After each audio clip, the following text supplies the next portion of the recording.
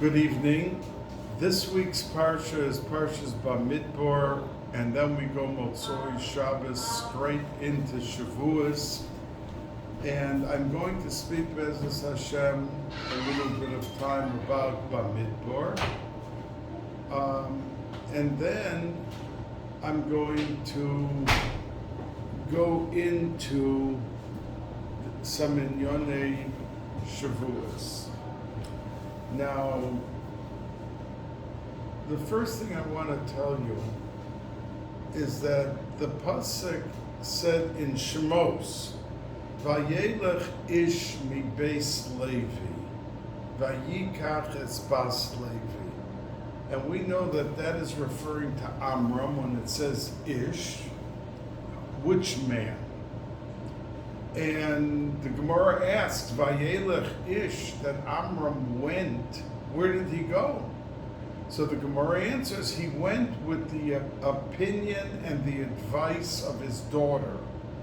Because Miriam was only 4 years old, and she said to her father, Amram, that your gezerah is worse than the gezerah of Paro. Paro only wants to kill out the boys.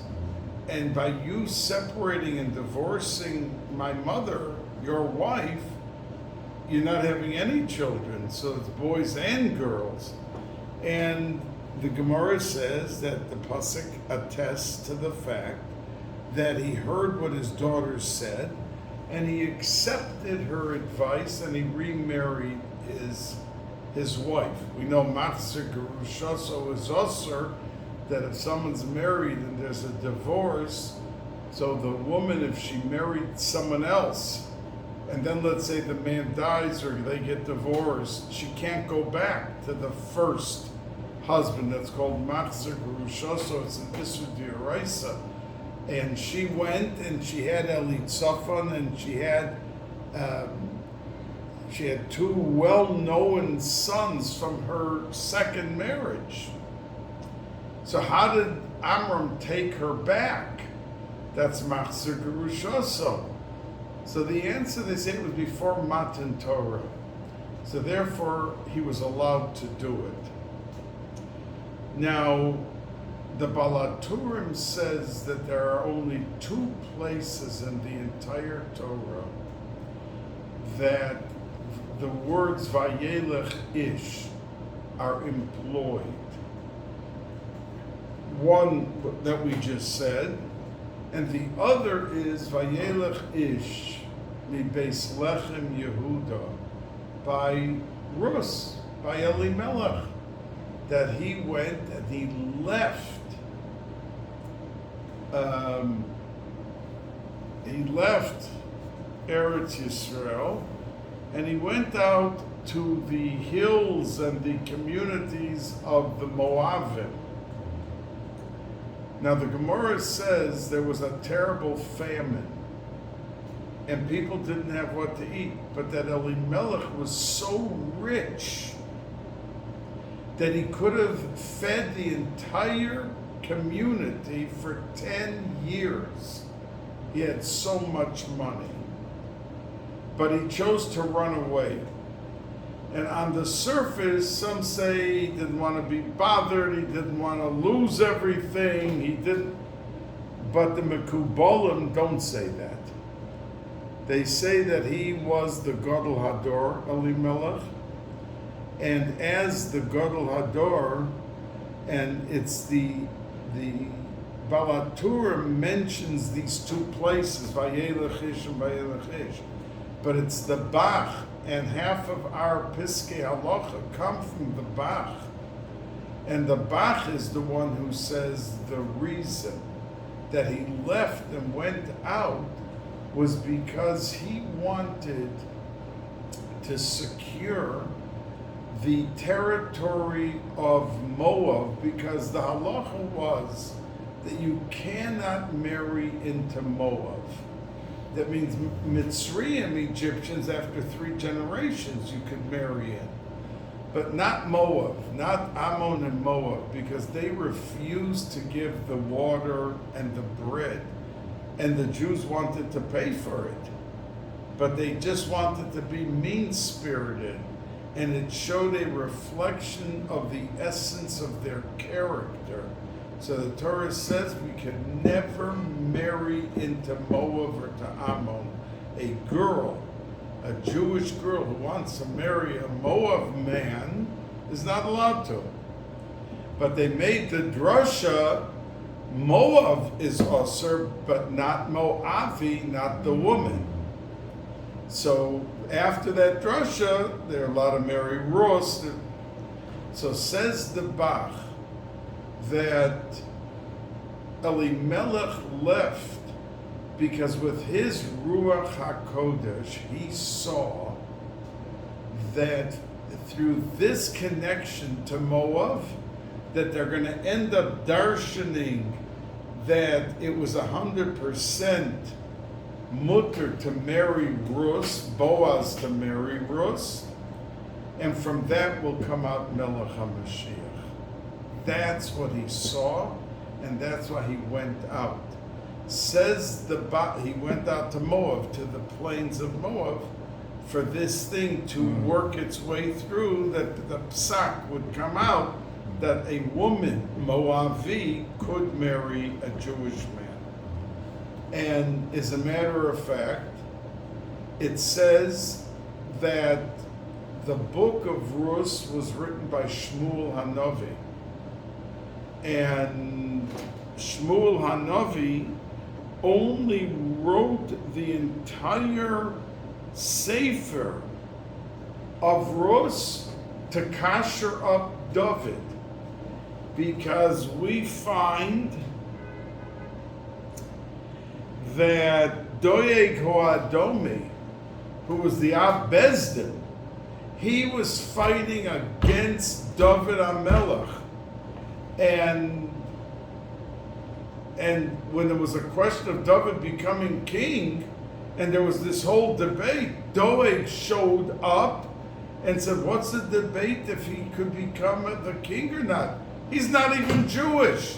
He's from Moab. The ancestry came out from Rus, that they had no business marrying, and other considerations. So Shmuel HaNavi said that he wrote the book of Rus to kasher, to make kosher David HaMelech, that this whole taina of Doeg Hoadomi, that he wasn't Jewish, is nonsense. He is. And that when they went under the umbrella of allowing a woman who is from Moab to marry in, it was correct. And as a matter of fact, when Doeg Hoadomi was tining this and said this before the Bezdin, that he's not even Jewish, that they ran back to Shmuel. Shmuel HaNavi lived only 52 years, but it was the last year or two of his life.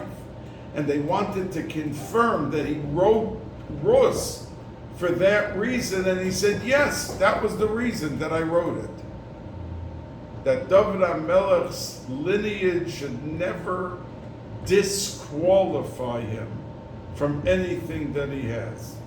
So coming back, if that's the case, that Elimelech went out to the Ari Moav to begin the process of making sure that the women are okay, then he was protecting the concept of the Goyal Acharon. That means Mashiach is going to be the one who redeems us and brings us back there to Yisrael and everything else. But the first Goyal, who was Moshe Rabbeinu and took out the Jews from Egypt, he's called the Goyal Rishon. So that was the comparison the Bach says that the Balatura made. He wasn't just trying to say, well, we have two words similar. There's Vayelech Ish by Amram, and there's Vayelech Ish by Elimelech. It was much more. It was to tell you that the Goyal Rishon, who came out of Amram, that was the whole kavanah of why he remarried, was to protect the concept that the Goyal Rishon would come from him, and that he'd be alive and he would be born to be able to do it, so too was Elimelech moving ahead. He says this in the Meshiv Nefesh, which the Bach wrote 300 years ago, and with Ruach HaKodesh, of course, all of our Piskei Halacha, so many, 70% of it come from him. So he says that the Goyal Rishon and the Goyal Achron, and that's why it is said. So that's really a word for Shavous. And once I'm speaking about Shavous, I will tell you that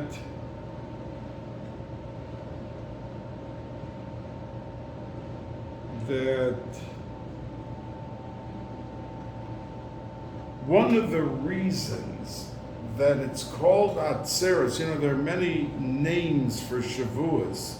Shavous, Atzeres, and many others. So Atzeres really means to hold back, that we do no malacha. Because if you look at Shavous, there is no specific mitzvah that we have for Shavous. That means Pesach we have matzah, and Sukkot we have a lulav and an esrog, but we have no. These are all minhagim to eat, lintzes and milchiks, and this is all very beautiful, but it is not in the gather of a mitzvah say d'oraisa to do all of that, and only Shavous and Shmini Atzeres are 2 days that both of them don't have any specific mitzvah to. That means we have to be misameach with the Torah, because in Eretz Yisrael, Shmini Atzeres and Simchas Torah are the same day. That we have to be happy with the Torah, and the Zman Matan Torah Seinu, also we celebrate that fact that we got the Torah on it. So all of the things that took place from Pesach, let's say, until Shavuos, Atzeres, we gather it together. We bring it all together, that there are so many inyonim that Klal Yisrael stands out with the rare and remarkable distinction that it does, as the Ramban says, it is the foundation of our entire nationhood, as a Klal Yisrael and as a people that we got out of Mitzrayim. But when we express it and celebrate it, not just celebrate something that once happened, but it's re-happening every year, Pesach, the ability to go out from that which we are in bondage, our Yetzaharas and everything else, and then each and every day of Sphira is a combination of different characteristics that we know that a person who is careful to count properly and never miss a day, that he incorporates into his neshama the ingredients of that day. Let's say Netzach Shebahod, that those two diametrically opposed things come together under one umbrella, and it saturates the neshama of the person. So each and every day is a different type of delicacy for the neshama. We take all of that with Pesach and Atzeres, we bring it together and put it under the umbrella of calling the days Atzeres. Now, the Hassan Sofer says that there is a question he poses: why is there no Chol HaMoed for Shavuos?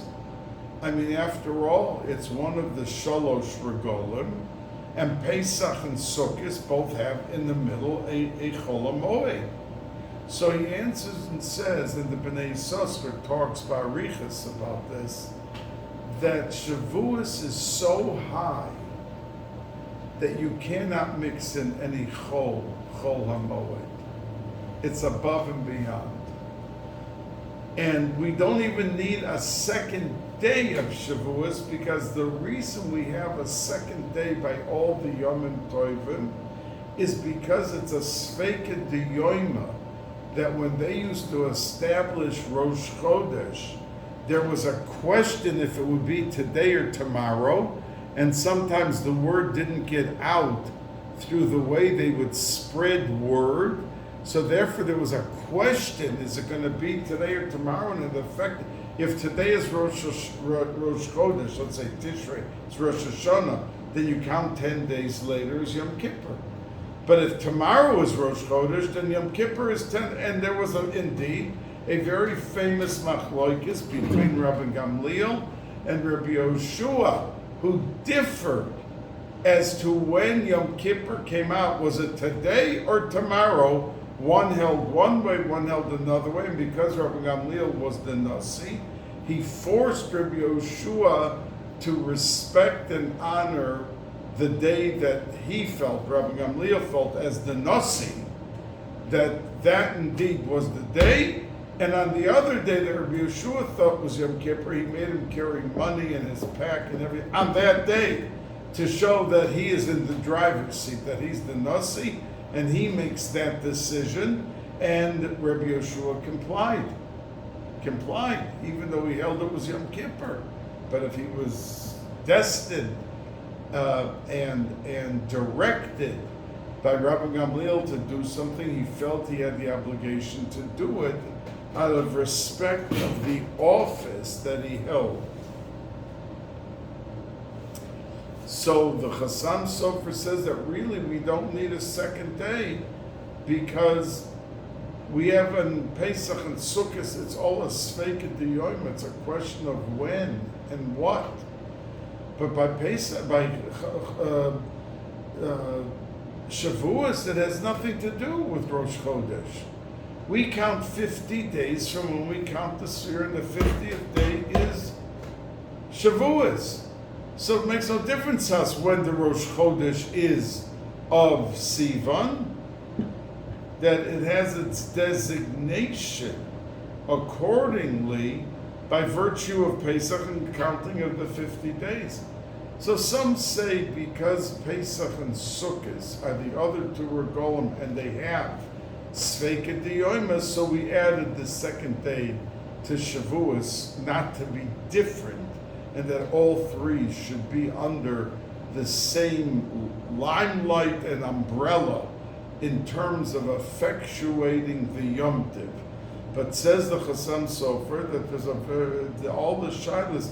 It means, for instance, Rosh Hashanah is called a Yom Arifta. There's 2 days, but very distinct 2 days. One is under the umbrella of Leah, and the next one is under Rachel. And the Arizal says that the first day of Rosh Hashanah we daven for all of our ruchnias, and the second day we daven for all the gashmias that we need under Rachel. But it's 2 separate inyanim, but under one umbrella. It's called, the Gemara calls it a Yom Arifta. It's one long day.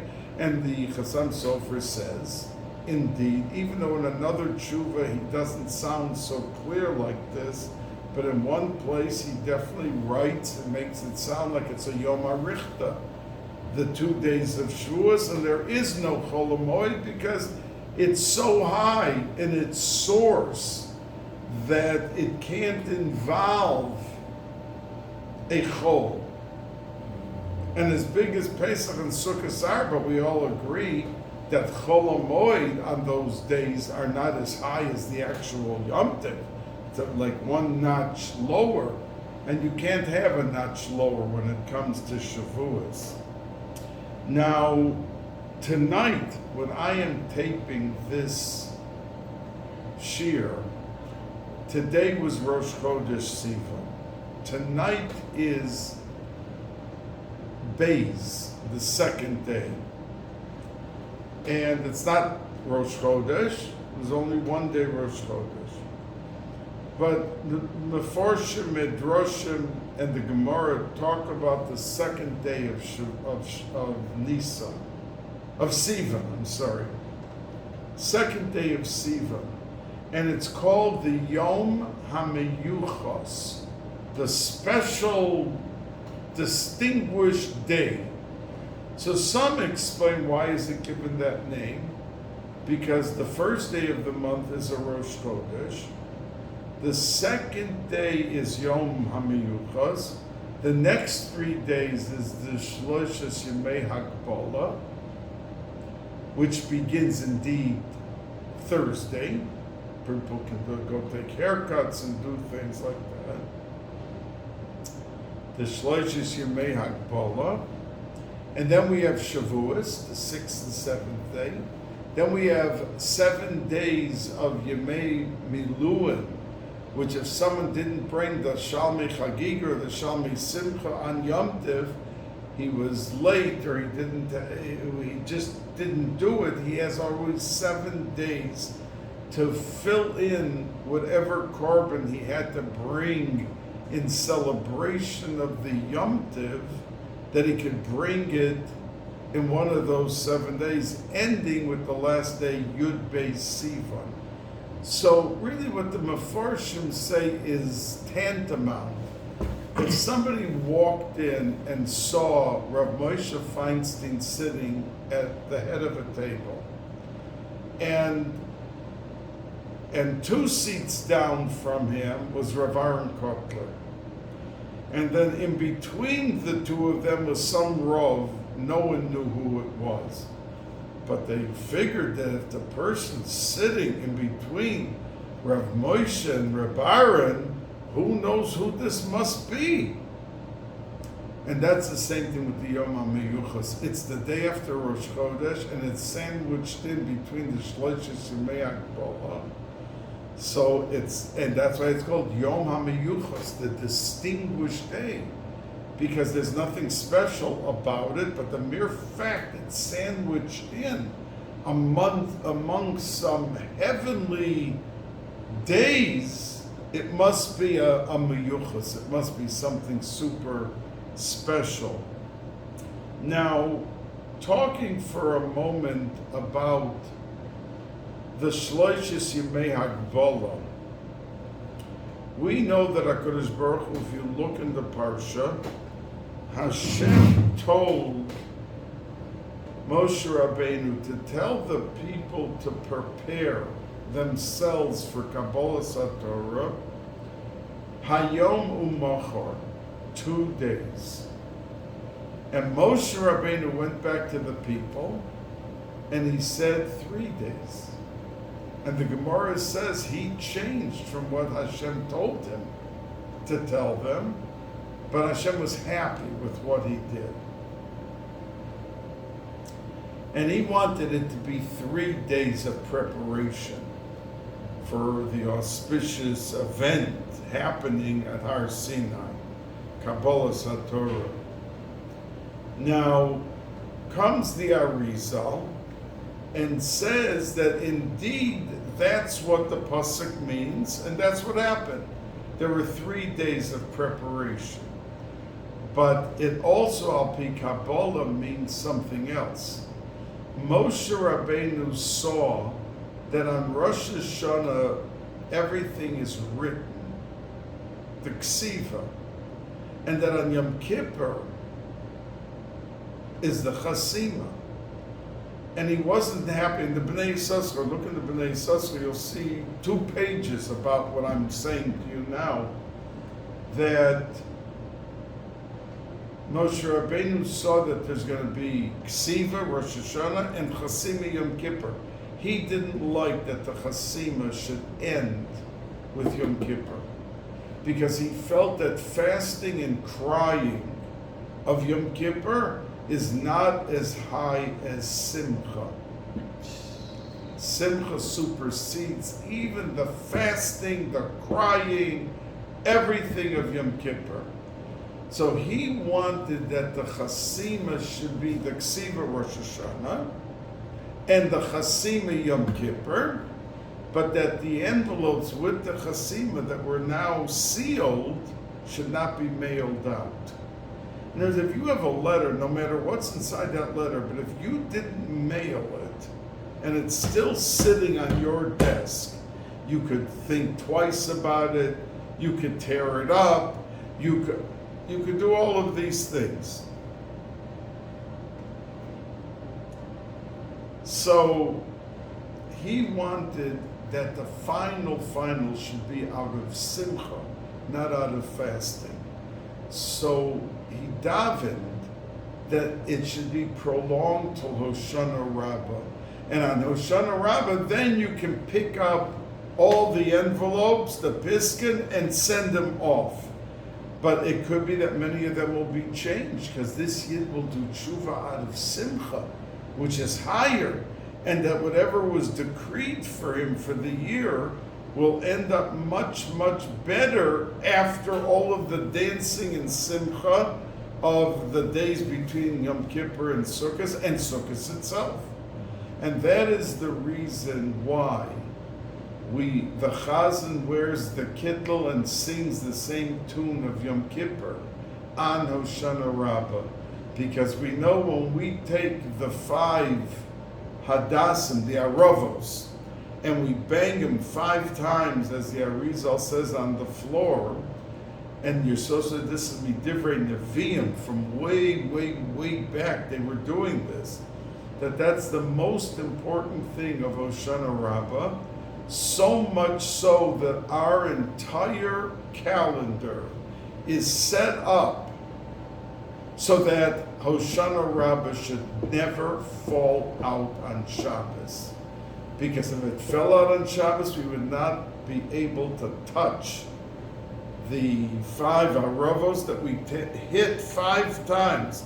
And the Arizal says, Dafka 5 times, that you have to be very careful not to hit more or less than 5.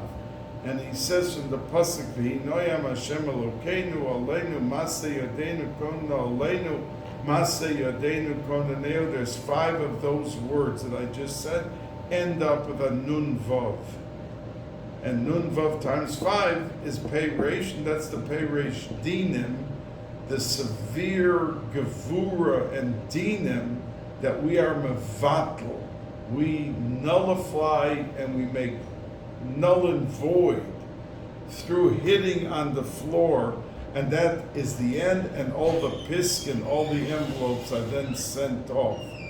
So when Moshe Rabbeinu said, Hoisif yoim echad midaito, that he added on to the instruction of HaKadosh Baruch Hu, that he wanted it to be an extra day. That's talking about Kabbalah Satorah. That's talking about instead of having 2 days, Yemei Hagbala, we wanted 3, and that's what happened. But says the Arizal, the deeper thing al pi Kabbalah, and it worked out. Hashem was maskim to him that it shouldn't end with Rosh Hashanah and Yom Kippur, Ksiv and Chasima. It should come out from the umbrella, under the umbrella of Simcha, and that be the heightened moment for Klal Yisrael, because out of Simcha you can achieve the greatest goals and the greatest achievements if it's true Simcha. That means someone who's miserable and in a bad mood, and they're just going through the motions because they're with people in shul and they're dancing at the Simchas Bais HaShoeva, that doesn't mean much.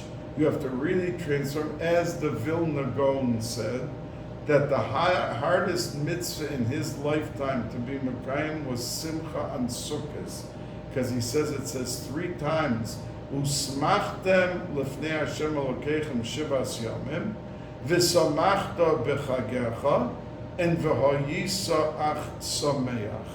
3 times the lashon of Simcha.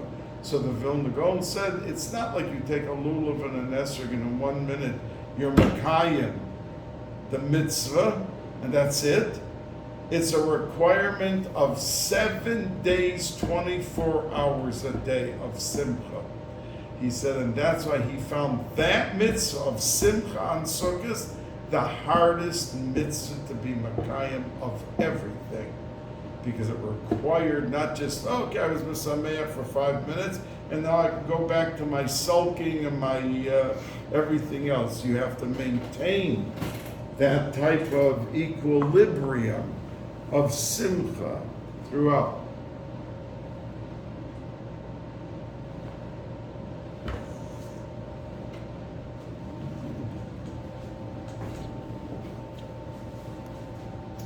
Now, we know that it says that when the Yidden got the Torah, that they fell asleep. And Hashem, one of the reasons that we stay up all night is to be misaken that the Yidden fell asleep, they had to be woken up. Is why we stay up all night to be misaken. That the Torah was given like right before dawn. And it's like I always say to you, it's not a Yom Tov that we're celebrating once that we got the Torah. We are re-receiving the Torah every single year.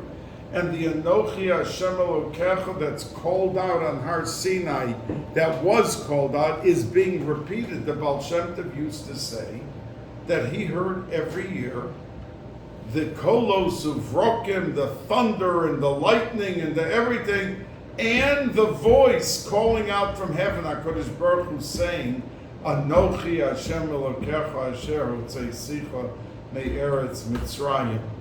He heard it. Now to hear it, you have to have, there's 3 levels. There's Nevuah, there's Baskol, and there's Ruach HaKodesh. Now there are tzaddikim, and I wouldn't say many, but if you said to me, there's at least 500 tzaddikim in the world that have Ruach HaKodesh, that could vary today, in this day and that, have it. But much fewer have Ruach HaKodesh and Baskol. Baskol is higher.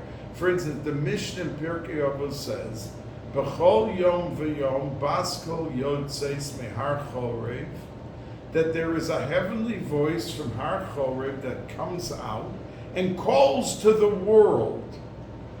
Now, if I asked any of you who are listening to this session, have any of you or I heard that it says, if it says in the Mishnah, B'chol yom v'yom, every day, that means every day the voice is coming up. Did anyone hear that tremendous voice? No, because we don't have Ruach HaKodesh and Baskol.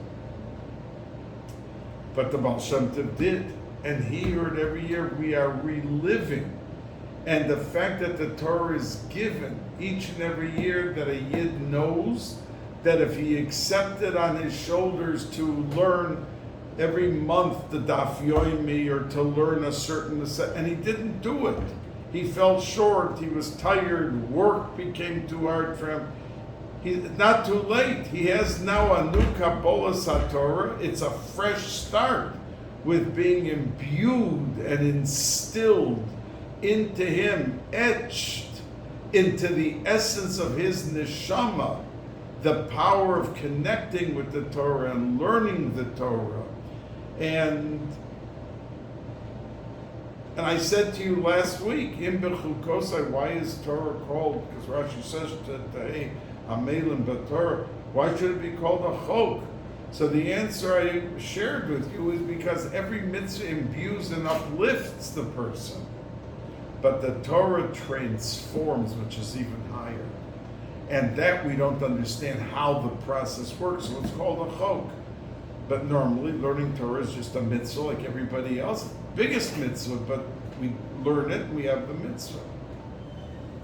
But that's why it's called a chok. Now, the Yidden, when they knew they were going to receive the Torah, they wanted to be makabel the Torah. This Lubavitcher Rebbe said. And they wanted to be makabel the Torah at the highest level possible for a person in Olam Hazeh to be. And the highest level really is sleeping. Because a person is not awake using his eyesight and his speech and his... he's not dead, chas v'sholom. He's here in this world. A person can wake him up, but he's more attached to Olam Haba than he is to Olam Hazeh. He's in a state like the Mizritcha Maggid used to go to the mikveh Friday afternoon, and when he went to sleep and woke up after the mikveh Friday afternoon, he said the most esoteric secrets of the Torah, of everything he said the whole week. Because after the mikveh and then going into slumber, into sleeping, it brought out in him the deepest of the deep. And that's how he was able to share it.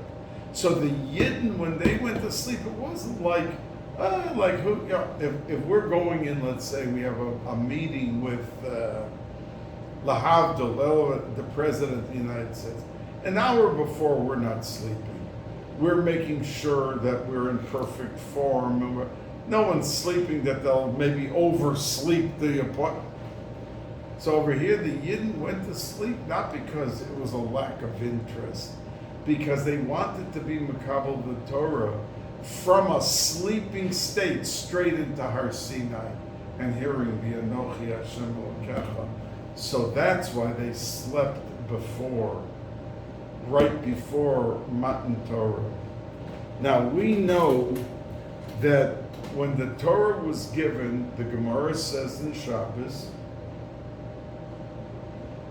that HaKadosh Baruch Hu said to them, Kafa aleim har kagigis. That means the mountain was picked up over the whole Klal Yisrael, and they were told, if you're going to accept the Torah and do it, wonderful. But if not, I'm letting go of the mountain, and that will be your place of burial. Shom tehei kevurascha. You're going to be buried right there. So that's not really accepting the Torah out of love. That's like out of fear. They didn't want to die, so they said, okay, we're doing it, we're ready. And it says that when it came Purim 900 years later,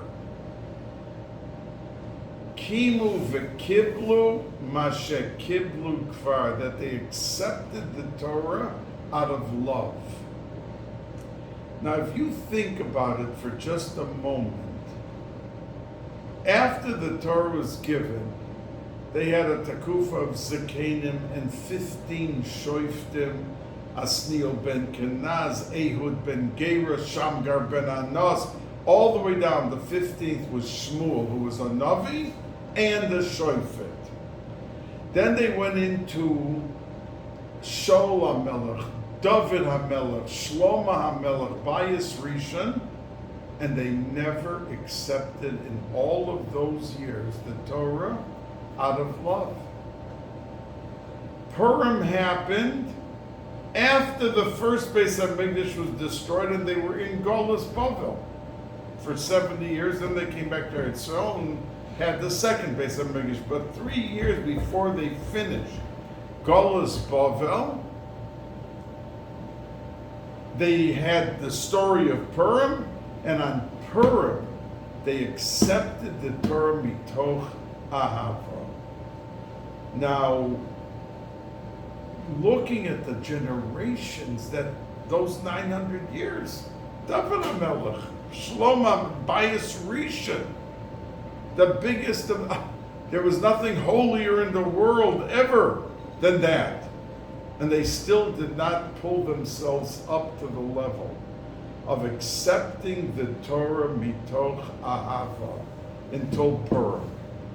Because as great and as high as they crept up, they didn't get, and that's why Purim is so high, that the Medrash says that when Mashiach comes, the Gula Shlema, that everything's going to change, even Yom Kippur. Not that there won't be a Yom Kippur, because it says in the Torah, and the Torah is nitzchias, it's forever. But when it says v'yinisem es nafsho seichem, that you're going to afflict, and that means you have to fast, it'll be something else that'll be introduced to us of what that means. But Purim will be untouched. Because Purim, there's 4 worlds. There's Asiya, there's Yetzira. Asiya is from the beginning of davening up until Baruch She'amar. From Baruch She'amar through Yishtabach is the world of Yetzira. And there's a big difference of opinion between the Mekubalim. Is Hodu part of Asiya or part of Yetzira? Everyone admits that Baruch She'amar is the borderline. Once you say Baruch She'amar, you're into the next world, until Yetzira. So those who hold that Hodu is part of Yetzira, they say Hodu after Baruch She'amar. Like the Ashkenazim. Those who daven Ashkenaz, that's what they do. Those who daven Sfard, they say Hodu before Baruch She'amar because they hold those Mekubalim. Rizal and many other held that Hodu is part of Asiya, the first world. But you have the first world, Asiya, then you have Yetzira, which ends with Yishtabach. And the reason we have a Kaddish and a Baruch Hu put in right there is because the next world is Bria, and to get from Yetzira to Bria is a big jump. So you need a Yeheshmei Rabbah and a Baruch Hu to push the people over the top into Bria, and then you have Atzilus, which is the Shemona Esrei. But there's one thing that's even higher, that's called the world of Keser. And the world of Keser is the day of Purim, all 24 and a half hours of Purim is in the realm of Keser. And that's how the Yidden were able, they were put into such heights that never happened before. There were moments, like the Kohen Goyal and Lifnai v'Lifnim, that corresponded to it, but for Klal Yisrael and everything that they were into, mitoch Golus, you see, Golus has one Maila, that is the springboard of Geula. And that corresponds to not understand, for instance, we see the story of Tamar and Yehuda. From that came out Mashiach.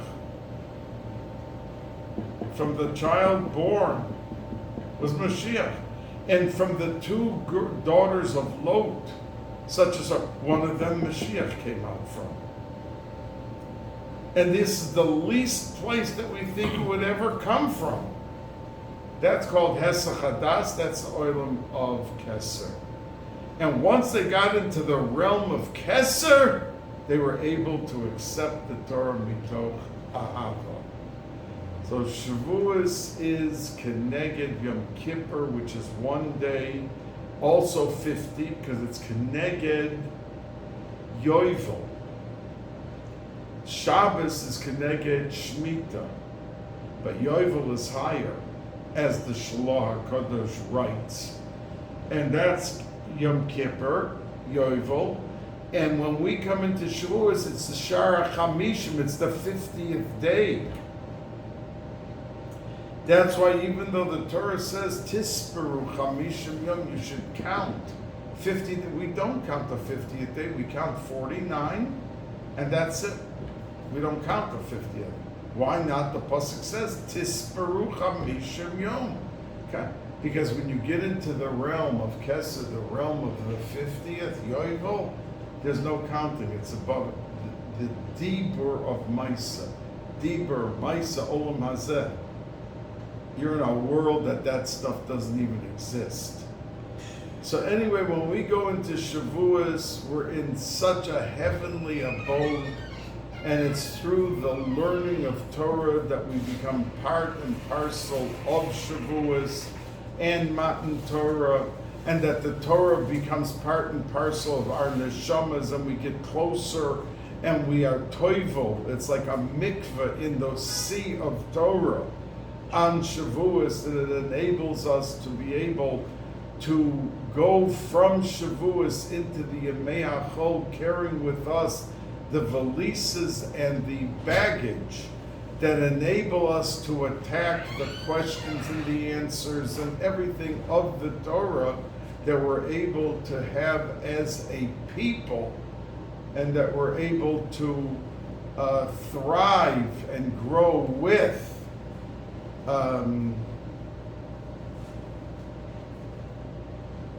As we come out of Shavous.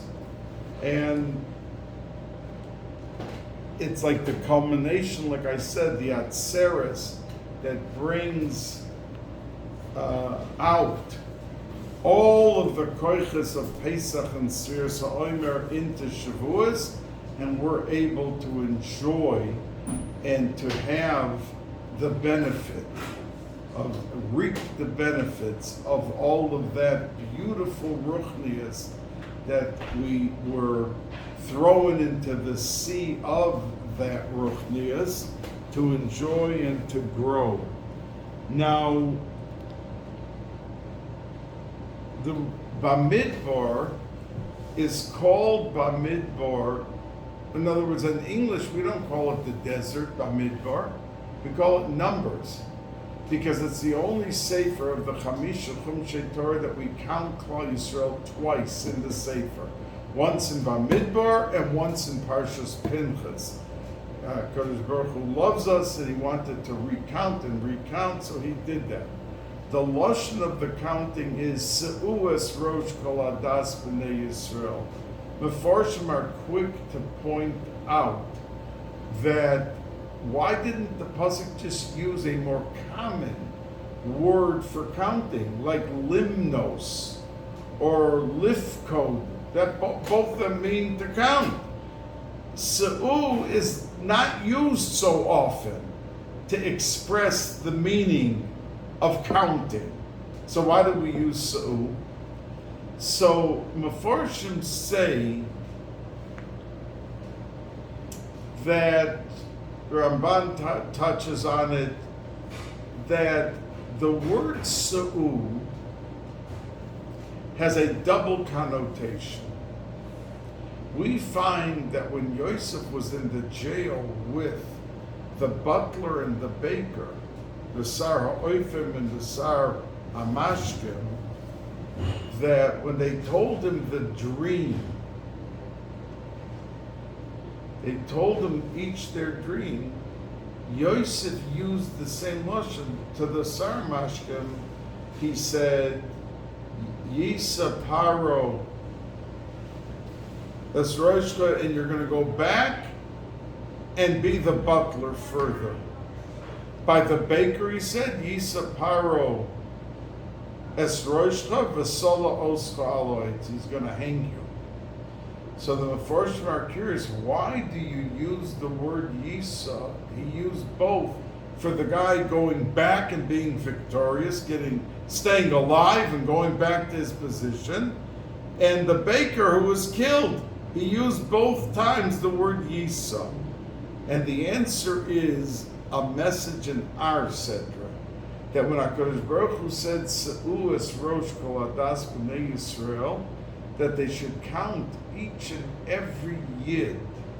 And the lashon of Se'u is used, is employed, because it wanted to tell you a message, that when you count a yid, you have to realize that this yid could soar heavenward in his achievement, in his growth, in his ruchnius. It could be unbelievable. But his downfall, if he slips and falls into the sea of disaster, could also happen to an individual. We see many people, our tzaddikim, our oivdei Hashem, melamdim, rebbeim, balei chesed, running around bringing food, doing and that they're taking their lives and they permeate every second and every day of it with valuable activity. But at the same time, we unfortunately see people who are busy with their cell phones and watching the televisions and going to the movies and watching the videos hours of the day as their life fleets by, and that those vehicles are just dragging them down. So Yosef used the same lashon because, in fact, it was an expression to show great success, and he went back to become butler, but also great tragedy that the individual could fall into. And that's why in our Sedra, it begins with the expression of Sa'u, that same expression, that you can soar heavenward and not just soar, but thrive to the greatest heights and achievements. But at the same token, you can fall. And you have to be aware of that. And you have to see it.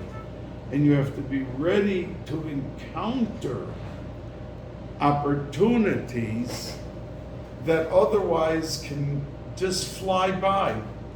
You know, the Gemara tells us that Rabbi Yochanan ben Zakkai was going with a group of Talmidim, and they passed by an area that they saw a girl, a young woman,